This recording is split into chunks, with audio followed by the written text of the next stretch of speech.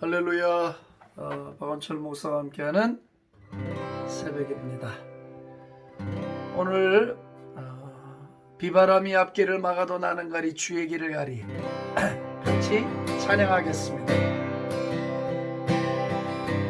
비바람이 앞길을 막아도 나는 가리 주의 길을 가리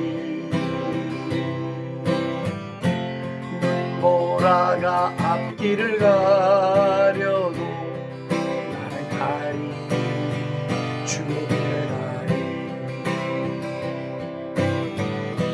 이 길은 영광의 이 길은 승리의 길 나를 구원하신 주님이 십자가 지고 가신 길 나는 가리라 주의 길을 가리라 주님 발자취 따라 나는 가리라 나는 가리라 주의 길을 가리라 주님 발자취 따라 나는 가리라 험한 파도 앞길을 막아도 나는 가리 주의 길을 가리 모진 바람 앞길을 가려도 나는 가리 주의 길을 가리 아멘 이 길은 고난의 길 이 길은 생명의 길 나를 구원하신 주님이 십자가 지고 가신 길 나는 가리라 주의 길을 가리라 주님 발자취 따라 나는 가리라 나는 가리라 주의 길을 가리라 주님 발자취 따라 나는 가리라 나는 가리라 주의 길을 가리라 주님 발자취 따라 나는 가리라 나는 가리라 주의 길을 가리라 주님 발자취 따라 나는 가리라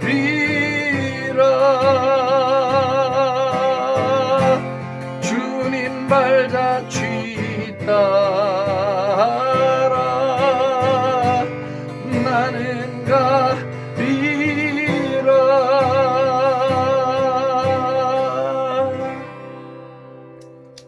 아멘 할렐루야 주님 발자취를 따라 어디든지 쫓아가는 저희들 되게 만들어 주옵소서. 예수님 이름으로 기도합니다. 아멘. 오늘 느헤미야서 1장 1절로 11절까지 같이 읽겠습니다. 하가랴의 아들 느헤미야의 말이라.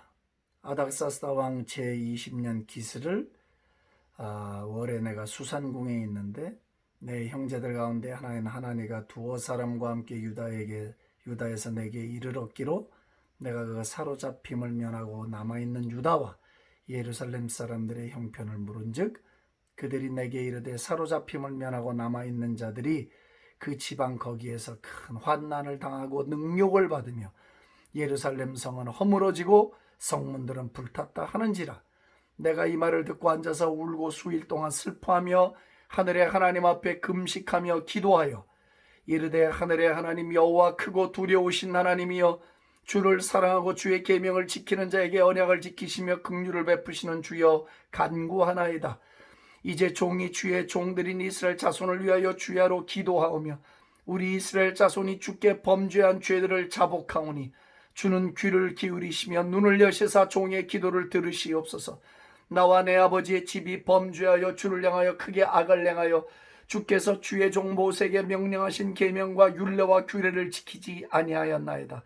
옛적에 주께서 주의 종 모세에게 명령하여 이르시되 만일 너희가 범죄하면 내가 너희를 여러 나라 가운데 흩을 것이요 만일 내게로 돌아와 내 계명을 지켜 행하면 너희 쫓긴 자가 하늘 끝에 있을지라도 내가 거기에서부터 그들을 모아 내 이름을 두렵고 택한 곳에 돌아오게 하리라 하신 말씀을 이제 청하건대 기억하옵소서.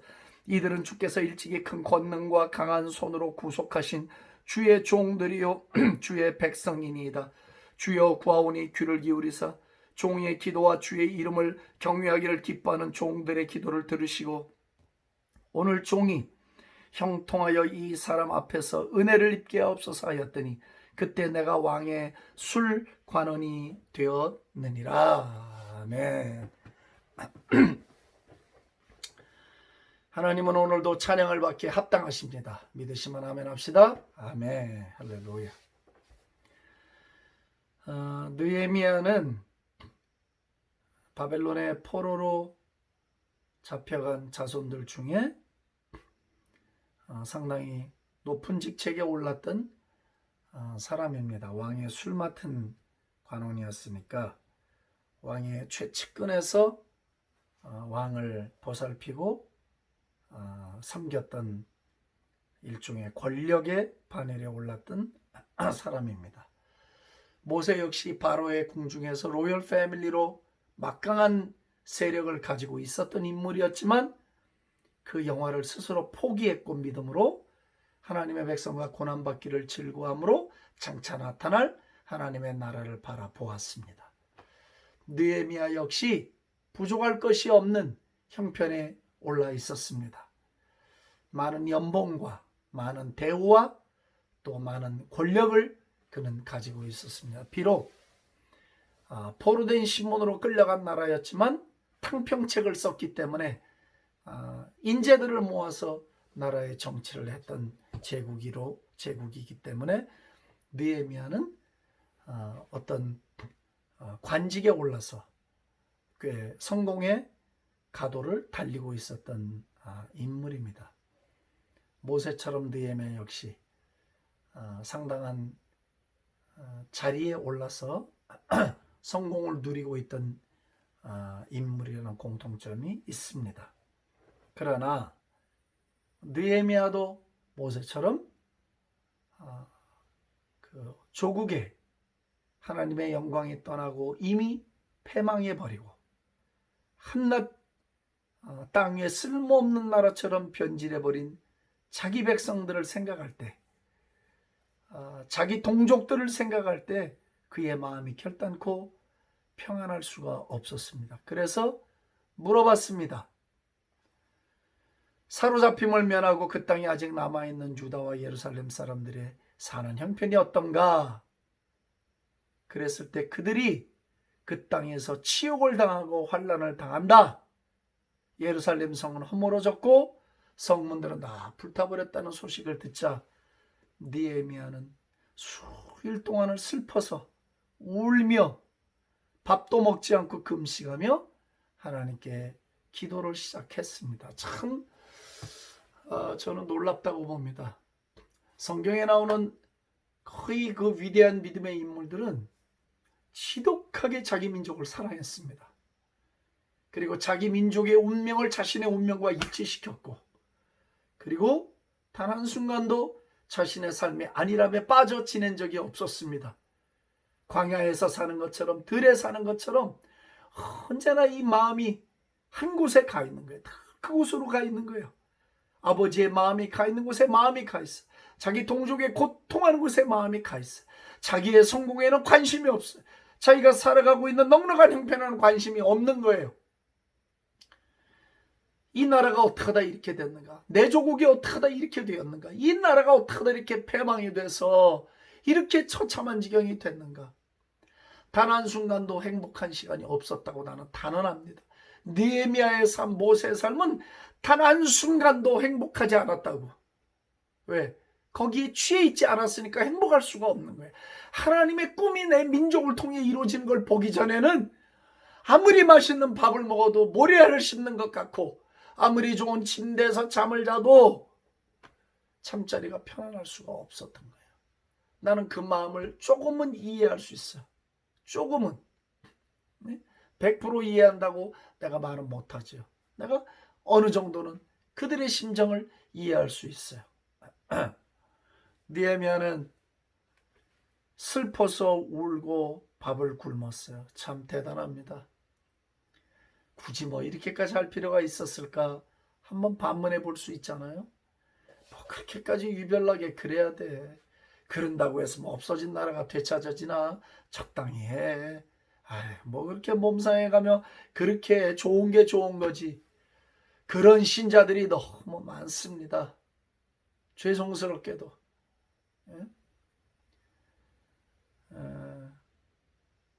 모세와 느헤미야는 그렇게 살지를 못했습니다. 그들은 믿음으로 다른 선택을 내렸습니다. 그리고 그 길이 옳았습니다. 하나님이 인정해 주셨습니다. 그랬기에 성경에 남아있지요. 이 기록들이 남아있지요. 역사 속에 수천 년을 이어 내려오도록 우리에게 교훈을 주고 있지요. 그렇게 슬퍼하고 음식이 입맛에 없어서 금식하며 기도하면서 뭐라고 했는가? 크고 두려우신 하나님이여. 역사의 주인 되시고 이 민족의 주인 되시는 크고 두려우신 하나님이여. 대한민국의 주인 되시고 대한민국의 왕이 되시고 대한민국의 하나님이 되시고 대한민국의 창조자가 되신 크고 두려우신 하나님이여.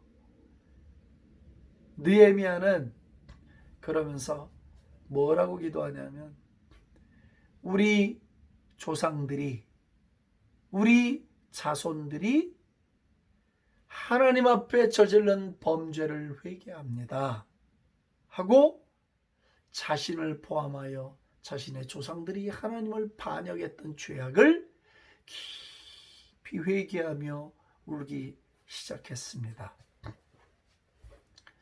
그리고 그 기도를 받으시고 회복의 은혜를 베풀어 주시기를 목이 놓아 울며 기도했습니다. 한번 여러분 눈을 조용히 감고 느헤미야가 흐느끼며 우는 그의 뜨거운 눈물을 한 번만 상상해 보십시오. 그가 얼마나 애통하게, 그가 얼마나 애절하게 그 눈물을 흘리며 자신의 민족이 지구촌에 깨어진 유리 조각처럼 흩어져 포로가 되고, 남아있는 내 백성들은 능욕을 당하고 수치를 당하고 고난을 당하고 경제적으로 어려움을 당하면서 노예처럼 거지처럼 버려진 자들처럼 살아가는 것을 생각할 때 느헤미야가 얼마나 괴로웠겠는지, 그 흐느끼며 울고 수척에 있는 느헤미야의 모습을 한 번만 상상해 주십시오.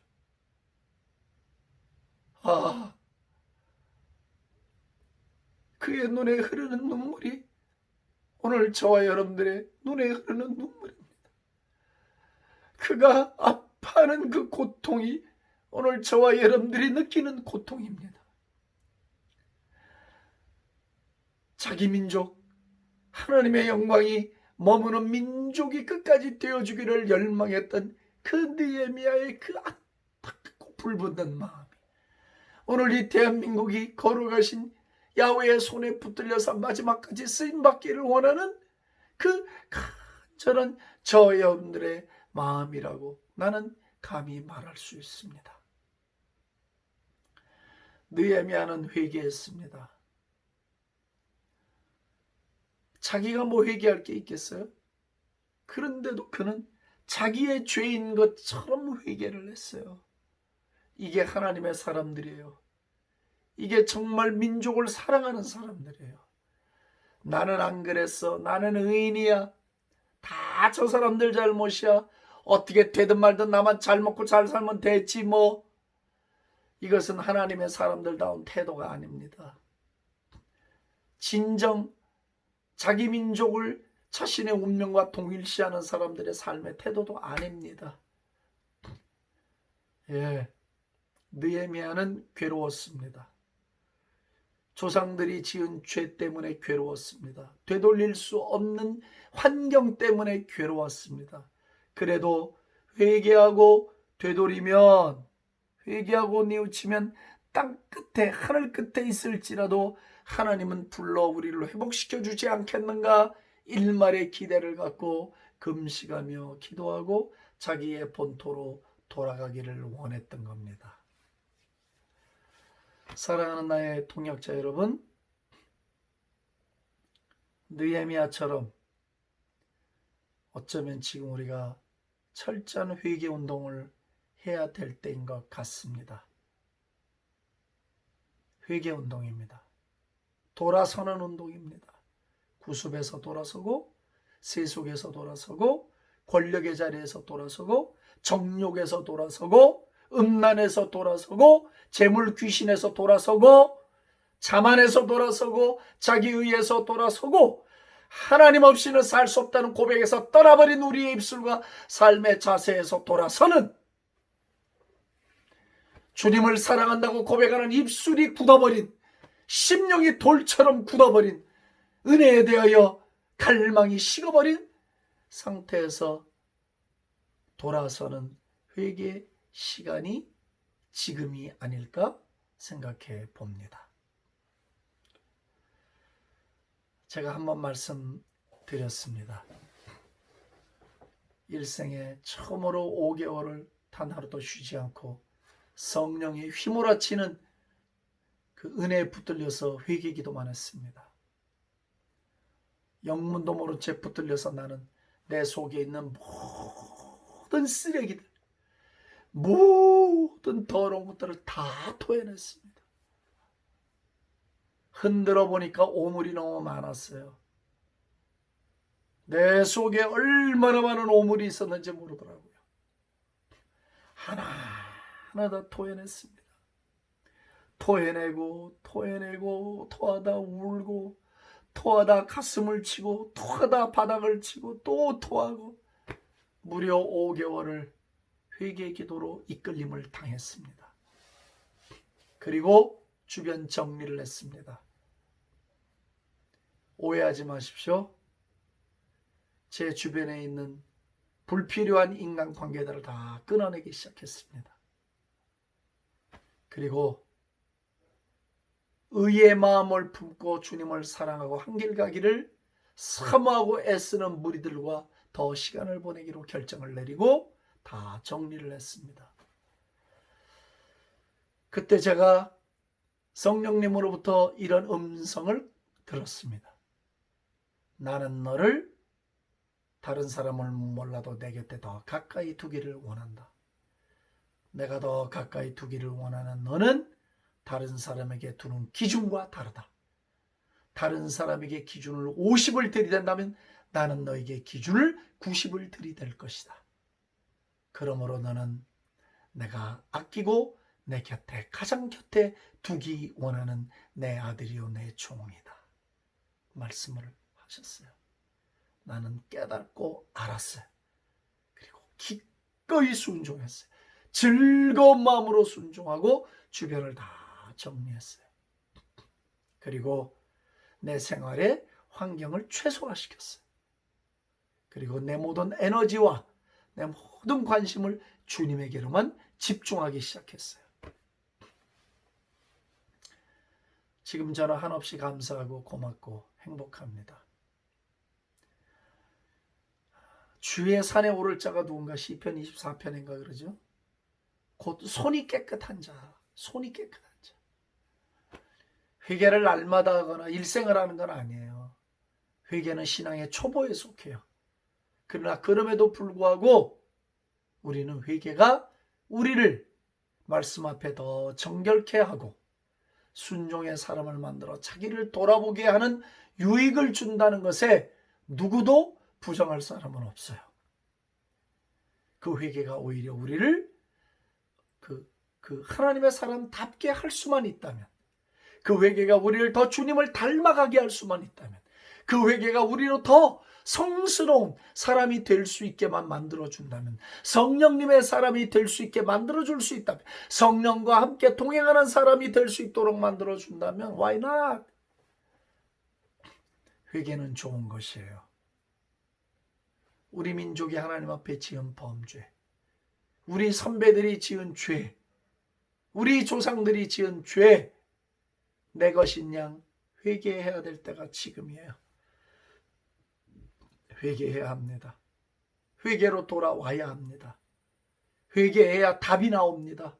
회개해야 길이 보입니다. 회개해야 하나님과 나 사이에 막혔던 문이 터지기 시작합니다.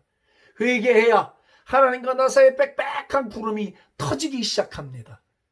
그러므로 오늘 우리가 느헤미야가 드렸던 회개의 기도를 통해서 하나님의 역사를 이루어가는 저와 여러분들이 되기를 원합니다.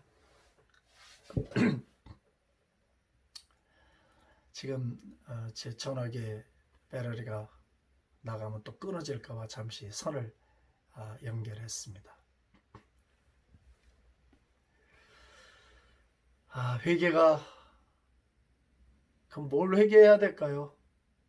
제가 참 좀 주저가 됩니다. 이 말을 해야 될지 안 해야 될지.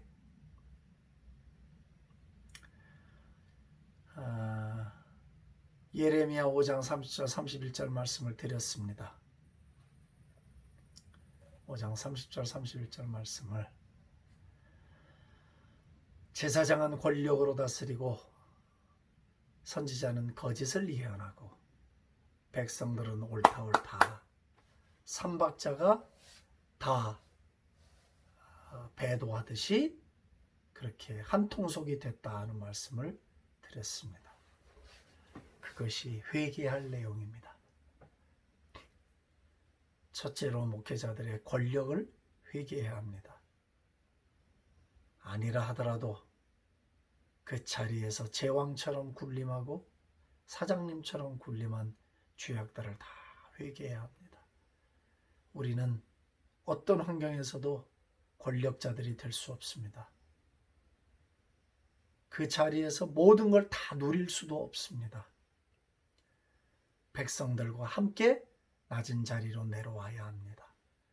예수님이 우리의 자리에 내려오신 것처럼 우리가 그 높은 자리에서 스스로 내려와야 합니다. 그리고 고통하는 백성들의 발을 씻겨 주어야 합니다. 나는 아닙니다, 잘했다 하더라도 그래도 우리가 우리 모두 공동의 죄악을 위하여 같이 회개해야 합니다. 술을 마시고 술을 즐기고 가까이 하던 모든 죄악들을 다 회개해야 합니다. 직분자들의 그런 행위들을 다 회개하고 내려놓아야 합니다. 음란의 죄들을 다 회개해야 합니다. 철저하게 회개해야 합니다.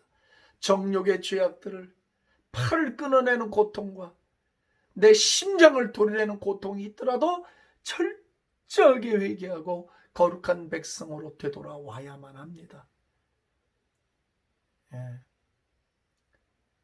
이 메모니즘에 빠져 있는 모든 죄악을 철저하게 회개하고 돌아서야 합니다. 주님을 섬기는 일에 시간이 없어도 여가 생활에는 시간이 널널하고 돈을 마음대로 쓰는 모든 행위들을 다 회개하고 주님께로 철저하게 돌아서야만 합니다.